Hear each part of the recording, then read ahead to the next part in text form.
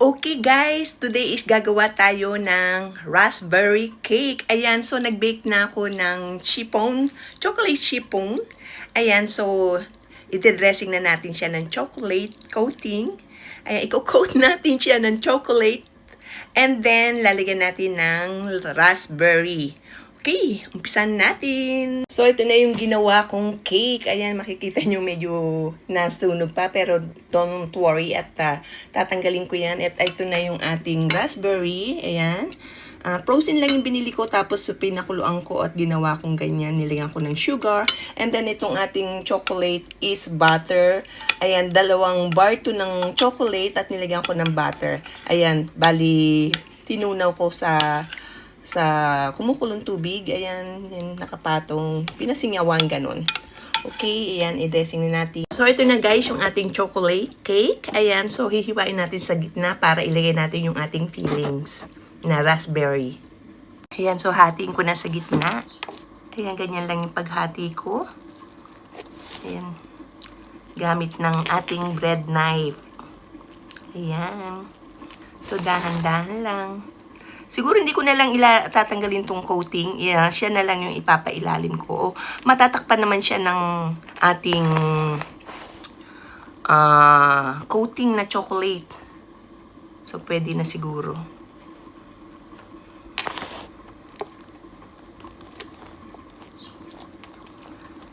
Ayan. Okay. Upla. Ayan. So, ayan, lagyan na natin yung ating raspberry sa gitna. Ang sarap nito, guys. Panalong panalo.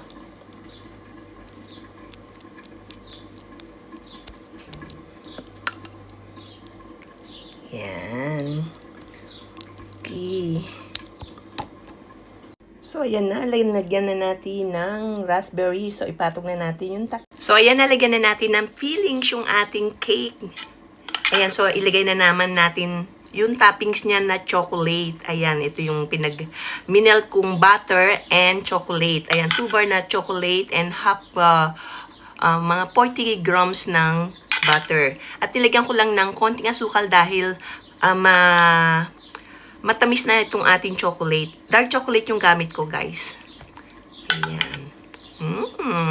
So, sa first timer na katulad ko, not bad. O, diba? Ayan. So, yung gilid din is dapat islagyan natin. So, ayan na, oh. Ang ganda, diba? Lagay natin sa rep para medyo tumigas yung ating chocolate. Ayan na. Genereuse. Ayan na. Ready na yung ating cake. La vaisselle. De la vaisselle. Yummy!